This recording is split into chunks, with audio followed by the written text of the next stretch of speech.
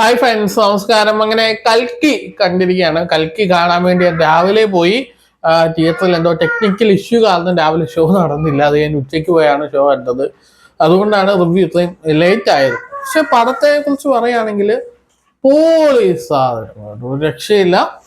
Super പടമാണ്. നമ്മൾ Guardian of Galaxy, Star Wars, Avengers, Infinity War, End Game, Wakanda Forever, Mad Fury Road, ഇതെല്ലാം കൂടെ ഒരുമിച്ച് കണ്ടാൽ എങ്ങനെ ഇരിക്കും? ആ ഒരു ഫീല് നമുക്ക് കിട്ടി. നമ്മുടെ ഇന്ത്യൻ മിത്തോളജിയും സയൻസ് ഫിക്ഷനും ഒക്കെ കൂടെ കൂട്ടിച്ചേർത്തിട്ടുള്ള ഒരു സൂപ്പർ ഹീറോ മൂവിയാണ് ഈ കൽക്കി എന്ന് പറയുന്നത്. അപ്പോൾ ഇതിനകത്ത് നമ്മൾ ഇന്ത്യൻ ഇതിലേക്ക് കൾച്ചറിലേക്ക് കൊണ്ടുവരുമ്പോൾ ഉണ്ടാവുന്ന ചില പ്രശ്നങ്ങൾ, ഇന്ത്യയിലെ ആരാധകർക്ക് ഇഷ്ടപ്പെടാത്ത രീതിയിൽ ചെയ്തതിന്റെ ചില പ്രശ്നങ്ങളൊക്കെ ഫസ്റ്റ് ഹാഫിലൊക്കെ ഉണ്ടെങ്കിലും പക്ഷെ ഒരു രക്ഷയില്ല. ആളുകളുടെ സ്ക്രീൻ പ്രസൻസ്, ഡയലോഗ് ഡെലിവറി, അല്ലെങ്കിൽ അതിൻ്റെ സ്ക്രീൻ പ്ലേ ഒന്നും ഒരു രക്ഷയില്ല. അതുപോലെ തന്നെ ഇത് ചെയ്തു വെച്ചിരിക്കുന്ന ഒരു ടെക്നിക്കൽ ടീം, അവർ ഹാറ്റ്സ് ഓഫ്. ടെക്നിക്കൽ വേറെ ലെവലാണ്. അതുപോലെ ഇതിന്റെ പ്രൊജക്ട് ഡിസൈൻ ചെയ്തിരിക്കുന്നത് എല്ലാം സൂപ്പറായിട്ടാണെന്ന് അറിയാം. ഇതിന്റെ തന്നെ ഒരു അനിമേഷൻ സീരീസ് ആമസോൺ പ്രൈമിൽ ഇട്ടിട്ടുണ്ടായിരുന്നു. അപ്പൊ അത് കണ്ടവർക്ക് കുറച്ചൊരു ഇത് കണക്ട് ആവും. അത് കണ്ടിട്ട് പോയാൽ കണക്ട് ആവും. ഞാൻ തമിഴാണ് കണ്ടത്. പൊതുവെ മലയാളം കാണുന്നതിനെക്കാട്ടി നല്ലത് മറ്റു ഭാഷയിലെ ഇത് കാണുന്നത് തന്നെ ആയിരിക്കും. മലയാളത്തിലെ കുറെ ക്രിഞ്ചി ഡയലോഗിനെക്കാട്ടി നല്ലത് തമിഴോ ഹിന്ദിയോ ഒക്കെ കാണുന്നതായിരിക്കും എന്ന്. അതുകൊണ്ട് തന്നെ പ്രത്യേകിച്ച് അമിതാഭ് ബച്ചനൊക്കെ ഉള്ളതുകൊണ്ട് അമിതാഭ് ബച്ചന്റെ ഒരു ഫിസിക്ക്, ഒന്നാമത് അമിതാഭ് ബച്ചൻ അശ്വത്ഥാമാവായിട്ടാണ്, അതെല്ലാവർക്കും അറിയാം. ഇപ്പൊ ഞാൻ പ്രത്യേകിച്ച് സ്പോയിലർ ഒന്നും അല്ല, റിവീൽ ചെയ്തതല്ല. അമിതാഭ് ബച്ചൻ അശ്വത്ഥാമാവായിട്ടാണ് അതിനകത്തുള്ളത്. അപ്പൊ അതുകൊണ്ട് തന്നെ അശ്വത്ഥാമാവ് എന്ന് പറഞ്ഞാൽ നമ്മൾ ഇത്രയും നാള് അശ്വത്ഥാമാവിനെ ഒരു നെഗറ്റീവ് ക്യാരക്ടറായിട്ടാണ് നമ്മൾ ഈ ഇന്ത്യൻ മിത്തോളജിയിൽ പറയുന്നത് നെഗറ്റീവാണ്. പക്ഷെ അദ്ദേഹം ഇങ്ങോട്ട് വന്നു, അദ്ദേഹത്തിന്റെ ആ ഒരു നിപ്പും ആ ഒരു ഫിസിക്കും, എന്താണ് അശ്വത്ഥാമാവ്, അത് വേറെ രക്ഷയില്ല. പിന്നെ ഇതിനകത്ത് മഹാഭാരതത്തിന്റെ കുറെ സീക്വൻസ് കാണിക്കുന്നുണ്ട്. പൊന്നെ എന്നെ സൂപ്പറായിട്ട് ചെയ്തെന്നറിയാം. അതിന്റെ സംവിധായകൻ അദ്ദേഹത്തിന്റെ പേര് കാണിക്കുന്നത് ഇതിന്റെ എൻഡ് സമയത്ത്.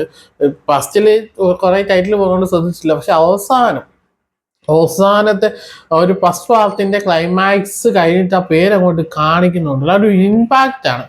ഡയറക്ടർ കിട്ടുന്ന ഏറ്റവും വലിയ ഇമ്പാക്റ്റ് അതിലൂടെ കാണിച്ചിട്ടുണ്ട്. ഇപ്പം ദീപിക ആണെങ്കിലും മന്നാബൻ ആണെങ്കിലും പ്രവാസ് ആണെങ്കിലും എല്ലാവരും വണ്ടർഫുൾ പെർഫോമൻസ് ആയിരുന്നു. ഒരു രക്ഷയില്ലാത്ത പടമാണ്.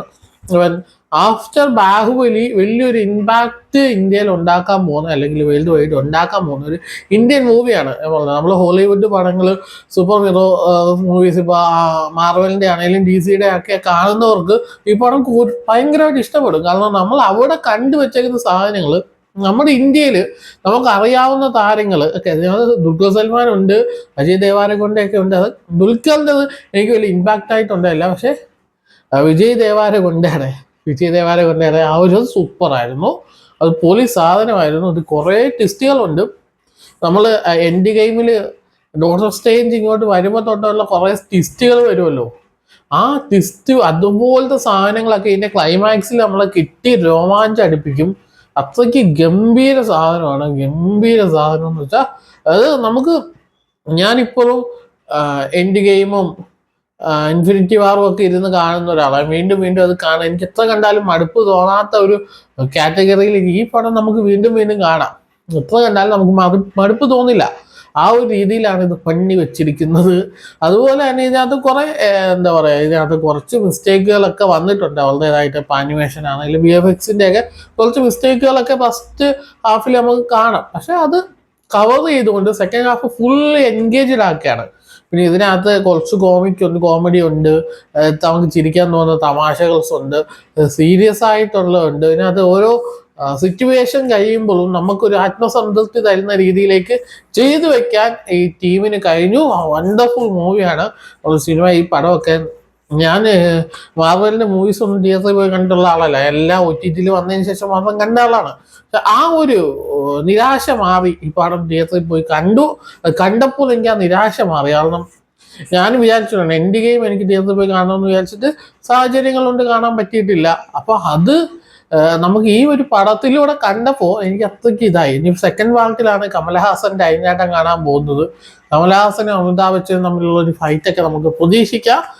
അതുപോലെ തന്നെ പ്രവാസിന്റെ ആക്ഷനായിട്ടോ. ബാഹുബലിക്ക് ശേഷം കുറെ പടങ്ങൾ പോയെങ്കിലും സലാറാണെങ്കിൽ കുറച്ച് ഫിസിക് കൊണ്ട് പിടിച്ചിരുന്നെങ്കിലും വലിയ ഇമ്പാക്ട് ഇല്ലെങ്കിൽ, പക്ഷെ ഇതിനകത്ത് എല്ലാത്തിനെയും കവച്ചു വെച്ചുകൊണ്ട് വീണ്ടും റിബൽ സ്റ്റാർ ആയിട്ടുണ്ട്. അപ്പൊ എന്തായാലും ഈ പടം കാണാത്തവർ മസ്റ്റ് വാച്ച് തന്നെയാണ്. നമ്മൾ ഈ സിനിമ കാണാത്ത പോയാൽ ഇന്ത്യയിലെ ഏറ്റവും മികച്ചൊരു പടം നിങ്ങൾ മിസ്സാക്കി എന്ന് പറയാൻ തിയേറ്റർ അനുഭവമാണ്. 3D കാണാൻ പറ്റുന്ന ഒരു 3D കാണുക, 2D കാണാൻ പറ്റുന്ന ഒരു 2D കാണുക. എന്തായാലും മികച്ചൊരു അനുഭവം ആയിരിക്കും എന്ന് പറഞ്ഞുകൊണ്ട് ഈ വീഡിയോയെ കുറിച്ചുള്ള അഭിപ്രായം തീർച്ചയായും കമന്റ് രേഖപ്പെടുത്താം. മറ്റൊരു വീഡിയോ കാണാം.